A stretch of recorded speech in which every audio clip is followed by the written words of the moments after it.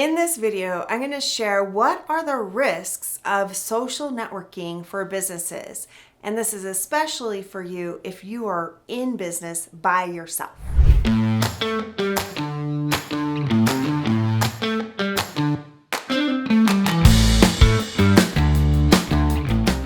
In the business world and environment, especially when I'm networking with other businesses, I feel like there's a lot of pressure to be doing social networking for a business, but there are risks. So I'm going to give you 6 risks that you can be clear about so you can avoid them and actually use that social networking for an advantage in your business. Social networking is a big distraction. It's a huge risk because there's so much happening online that we can get sucked down that rabbit hole and can be very distracting. If you're not clear about your goals and your objectives and how you want to be using that social networking for your business, it can be an easy distraction that will take you off course and get you further from your goals instead of closer to them. So really, before you even log on, you want to find out for you, what are your objectives going to be? What's your strategy? And how are you going to really stay focused so you don't listen to all the noise and get distracted with all the bells and whistles and all the different ways that social networking can distract you online. So here's an example of how a distraction can get you off course.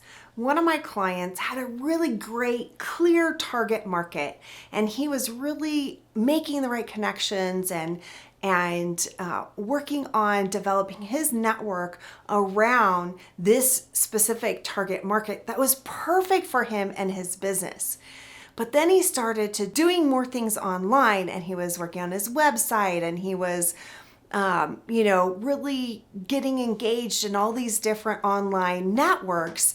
And he started to get pulled in different directions. And he said, oh, well, I need to start talking about this because that audience is there. And he started to shift and morph his target market. So it was a completely different target market, which totally took him off track from where he really wanted to grow his business. So don't let that social networking distract you and get you off course.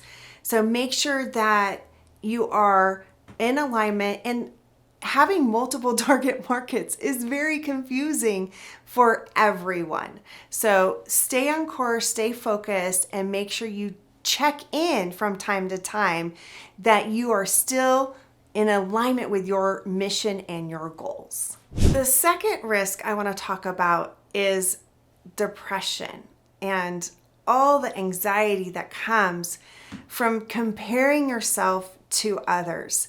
And this is huge when we're social networking because people can present themselves in different ways, and maybe they have better graphics, or maybe their photos are a little bit better, or they have a different messaging, and we get into comparison mode, and that can make us feel even more depressed, even more isolated and lonely. So that depression and loneliness can really take a stronger hold of us when we spend so much time social networking and comparing ourselves to others. We can go down that slippery slope of feeling inadequate and like we are not enough because we see all the things that other people are doing. So continue to network in real life so you can really connect with people and they can connect with your true value. And there's a different level of connection when you're in person. So really pair that online activity with offline activity so you can get that human connection and get fed and not feel alone and isolated. The third risk to avoid is flat out wasting your time. Getting involved in social networking online can be a big time waster. I recently had a client come to me and she was really trying to work her social networking to grow her life coaching practice. And she didn't have a big following. She didn't have a lot of connections. She was kind of starting from scratch. And it's a big, it's a big marketing campaign. It's a big funnel. It's a big project to really build a strong social network online, to build a coaching business. And the difference is if you have a big budget, you can really compete better online, and you're going to have all the different support and funnels and things that you can do to convert that social networking into business. But it takes a lot of time to build that up, and it can take a huge budget. So this gal came to me and she's like, I tried it. I'm going to continue working on it, but I'm cutting back my time and I'm going to focus on the in-person, because that's where I can make a genuine connection with someone and I don't have to go with the thousands. I can start with the few. Wasting time on social networking is really important to pay attention to if you are in business by yourself. If you're the only person running your business, there are so many things you have to do to make your business run. You need to be, generating sales. You need to be, giving your clients great service. You need to be doing the admin and the follow-up and every aspect of being a business owner.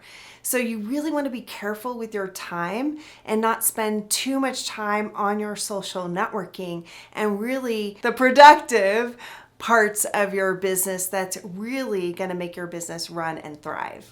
So I bet you know some of these risks, have actually experienced some of these risks in social networking. I'd love to hear your war stories. What are some of the things that you found yourself slipping down that slippery slope on those social networking sites? I'd love to read your comments. So type a little something in and let's share in the pain. All right, the fourth risk of spending too much time or going down that slippery slope of social networking is it actually, studies show, reduces our ability to connect to humans in real life, person to person. So it reduces our relationship and connecting abilities. So building those connections with people in real life. And when you are in business and you have clients and customers, especially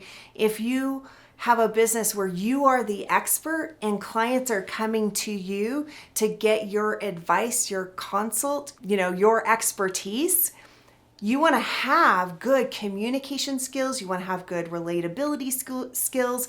You want to have your connection and relationship building techniques on point so you can really connect with your clients and keep those clients loyal to you. So the fifth risk I want to point out is the inevitable, unavoidable situation my friend Kat was in recently. Her Facebook group was hacked.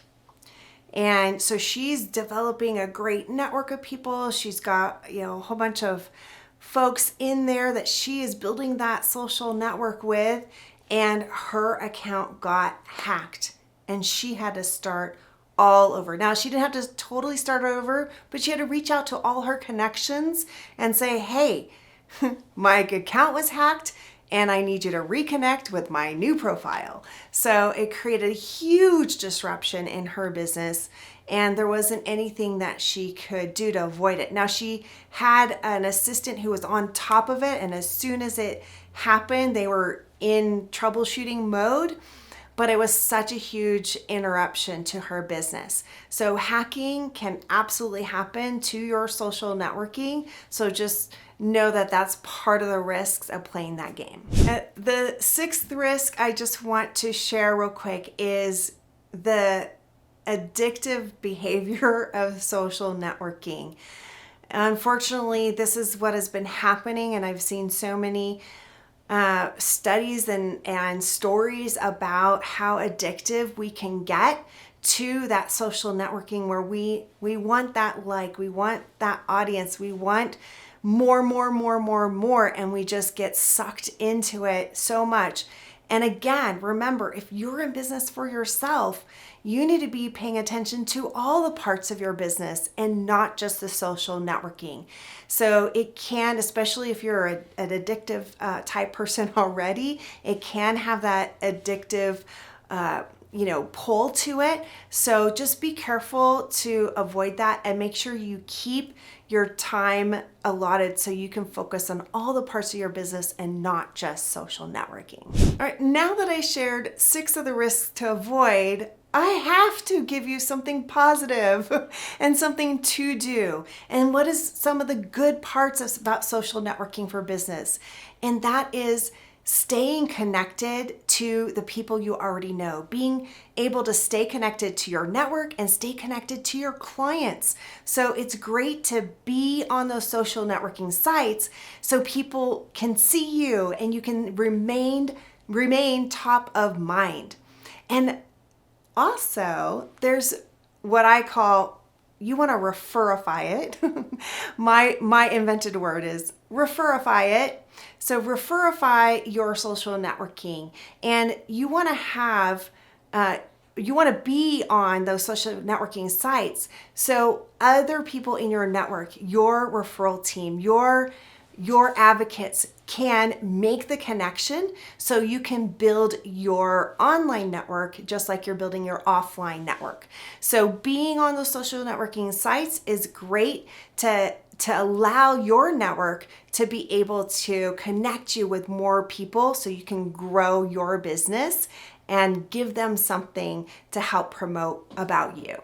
One of the great things about being on those social networking sites is the social proof. And what do I mean by social proof? The social proof of your expertise and how amazing you are in business. And the most common way we do that is through testimonials and those rave reviews. So getting those 5-star reviews, having people talk about their experience working with you is a great way to use that social networking and get more people having that online word of mouth working for you and your business. Guess what? I've got a free gift for you, a resource. It's called the Referrals to Riches Playbook. And one of the things I want to point out that's in there that can really help you avoid the risks of social networking are some specific questions and a worksheet I have in there about your business and your vision for your business. So there's some key questions in there that's going to help you stay focused so you can make the most of your social networking and do great things in your business. So click on the link and get that Referrals to Riches Playbook.